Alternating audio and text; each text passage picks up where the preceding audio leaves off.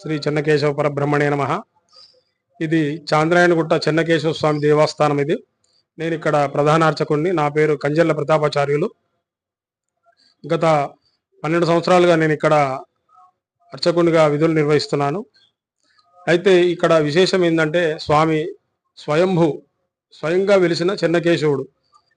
ఏదైతే మనకు కనిపిస్తుందో ముఖము, ఆయన స్వయంగా వెలిసిండు అన్నట్టు. కేవలం ముఖం మాత్రమే వెలిసిండు. అయితే మనకు ఆరాధన చేసుకోవడానికి సంపూర్ణమైన విగ్రహం ఉండాలని కింద ప్రతిష్ఠ చేసుకున్న విగ్రహము చెన్నకేశవ స్వామి విగ్రహం. ఆ కాలంలో ఇక్కడ శ్వేతమహాముని తపస్సు చేసుకున్నాడు. మీకు ఎదురుగా కనిపించే రాతి స్తంభం కనిపిస్తుంది కదా, ఆ స్తంభం పక్కన గుహ ఉంటుంది.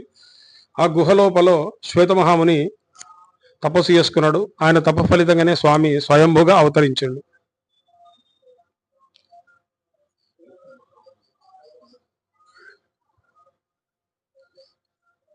ఆ తర్వాత ఇక్కడ చోళరాజులు ఈ దేవాలయాన్ని నిర్మించడం జరిగింది. ఇదంతా కూడా మన ఆర్కియాలజీ డిపార్ట్మెంట్ వాళ్ళు హ్యాండ్ ఓవర్ చేసుకున్నారు. వాళ్ళు నిర్ధారించింది ఏంటంటే ఇదంతా కన్స్ట్రక్షన్ కూడా చోళరాజులు నిర్మించిన కన్స్ట్రక్షన్ అని చెప్పి వాళ్ళు నిర్ధారించారు. ఆ కాలంలో ఈ ప్రాంతం గుండా టిప్పు సుల్తాన్ ఔరంగజేబు వెళ్తుండేవాడు. ఔరంగజేబు ఒకసారి 2 సార్లు ఇక్కడ గుర్రాలు ఆగిపోయినాయి. ఎందుకు ఈ విధంగా జరుగుతుందని చెప్పేసి వాకప్ చేస్తే ఇక్కడ స్వామి స్వయంభుగా అవతరించిండు, దేవుడు ఉన్నాడని చెప్పేసి ప్రజలు చెప్పారు. సరే, ఆ దేవుడిది ఎంత మహిమ ఉన్నదో చూద్దామని ఒకసారి ఆయన ఈ దేవాలయాన్ని ముందుకు రాబోయాడు. అక్కడ ఈ దేవాలయం నుంచి దివ్యమైన వెలుతురు వస్తుండని చూసి అతను వెందిరిగిపోయాడు. అంతటి మహిమాన్వితమైన దేవుడు చెన్నకేశవుడు. అసలు చెన్నకేశవుడు అంటే ఎవరు అంటే విష్ణుమూర్తి. ఎవరైతే వాళ్ళ భక్తులకు ఆపద కలుగుతుందో ఆగమేఘాల మీద ఇచ్చి రక్షించేవాడే చెన్నకేశవుడు. ఆ వచ్చే తమలో వెంట్రుకలు ముడి వేసుకోడు, జుట్టు సరి చేసుకోడు, శంఖచక్రాలు సరి చూసుకోడు. ఎట్లా ఉన్నాడో అట్లనే వస్తాడు. కాబట్టి ఆ వెంట్రుకలు చూసి చెన్నకేశవుడు అంటే చెన్నకేశవుడు అంటే చెన్న అంటే సుందరమైన, కేశాలు అంటే వెంట్రుకలు గలవాడు, సుందరమైన వెంట్రుకలు గాడు చెన్నకేశవుడు. సుందరమైనటువంటి వెంట్రుకలు గలవాడు చెన్నకేశవుడు. అందుకని చెన్నకేశవుడు అని పిలుచుకుంటాడు. ఇది ఒక చరిత్ర ఉంది. ఇంకోటి ఏంటంటే కేశి అనే రాక్షసుని విష్ణుమూర్తి సంహరించాడు కాబట్టి కేశవుడు అని కూడా పిలుచుకుంటారు. మనకి ఏదైతే కేశవనామాలు ఉన్నాయో అందులో ప్రధానంగా మొట్టమొదటి వచ్చేది కేశవాయ స్వాహ అని చెప్పి మనం ఆ విధంగా మంత్రం చెప్పుకుంటాము. అయితే ఆ కాలం నుంచి కూడా స్వామివారిని అందరూ చెన్నరాయుడు అని పిలుచుకునేవారు. ఆ చెన్నరాయుడు నివసించిన గుట్ట కాబట్టి ఇది చెన్నరాయణ గుట్ట అని పిలుచుకునేవారు. కాలక్రమేణా ఇది చాంద్రాయణ గుట్టగా పేరు అవతరించింది. ఈ స్థలం కూడా, ఈ ప్రాంతం అంతా కూడా ఈ స్వామి పేరు మీదనే వెలిసింది. ఒకప్పుడు నిజాం ప్రభు ఇక్కడ బ్రహ్మోత్సవాలు జరిగితే స్వామివారికి పట్టు వస్త్రాలు, ముత్యాల తలంబ్రాలు తెచ్చేవాడు. అయితే ఆ రోజు ఏ రోజైతే కళ్యాణం జరుగుతుందో ఇక్కడ ఆ రోజు హైదరాబాద్కు ఒక రోజు హాలిడే కూడా ప్రకటించేవాడు. అంతటి విశేషమైన దేవాలయం ఇది. కాలక్రమేణా జీర్ణావస్థకు చేరుకున్నది. ఇప్పుడు కూడా అదే ఆనవాయితీని కొనసాగిస్తూ చాంద్రాయణగుట్ట పోలీస్ స్టేషన్ సిఐ గారు బ్రహ్మోత్సవాల్లో భాగంగా అతను స్వామివారికి పట్టు వస్త్రాలు అవన్నీ కూడా తీసుకురావడం ఇప్పటికీ జరుగుతున్నది. అయితే మనకు ఈ నెల 19వ తారీఖు ఫిబ్రవరి 19 అంటే మాఘ బహుళ సప్తమి నుంచి బ్రహ్మోత్సవాలు కూడా ప్రారంభం కాబోతున్నాయి. మాఘ బహుళ సప్తమి స్టార్ట్ అయ్యి అష్టమి లేదు, నవమి నాడు కళ్యాణం ఉంటుంది. దశమి లేదు, ఏకాదశితోటి చక్రతీర్థంతో బ్రహ్మోత్సవాలు పరిసమాప్తం అవుతాయి. కావున భక్తులంతా కూడా ఈ యొక్క బ్రహ్మోత్సవాల కార్యక్రమాల్లో పాల్గొని స్వామివారి కృపకు పాత్రులయ్యి స్వామివారి ఆశీర్వచనాలు పొందవలసిందిగా మనవి చేస్తున్నాం. జై శ్రీమన్నారాయణ. ఇంకొక ముఖ్య విషయం ఏమంటే ఈ దేవాలయము చాలా పురాతనమై జీర్ణావస్థకు చేరుకుంది. ప్రజాపాలకులు, ప్రభుత్వం ఈ యొక్క దేవాలయాన్ని గురించి పట్టించుకొని ఈ దేవాలయానికి అభివృద్ధికి అందరూ పాటుపడి ఈ దేవాలయాన్ని అభివృద్ధికి తీసుకురావాలని అందరినీ పేరు పేరున కోరుతున్నాను.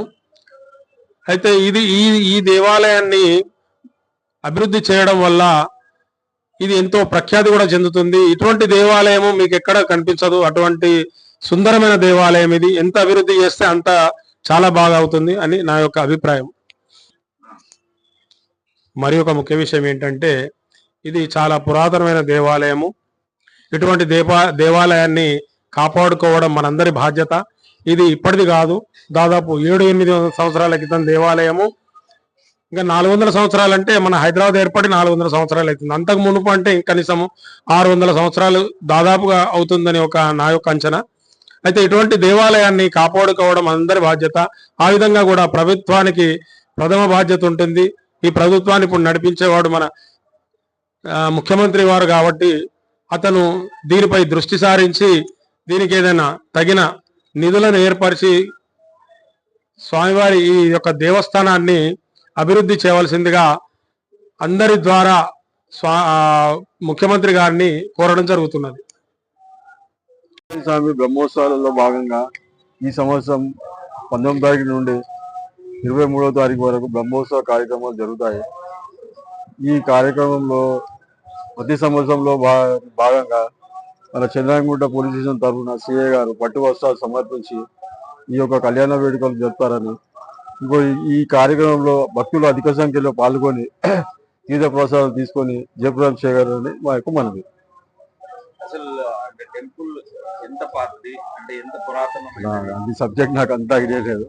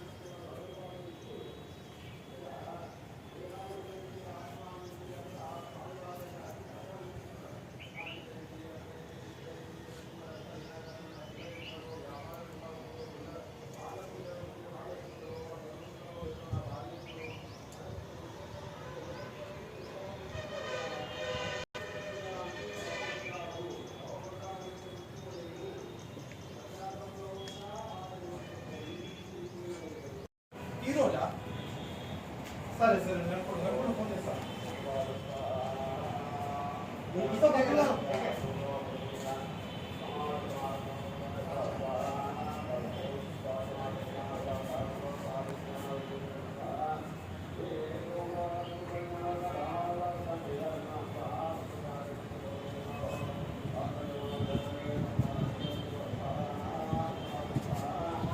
इधर नवीन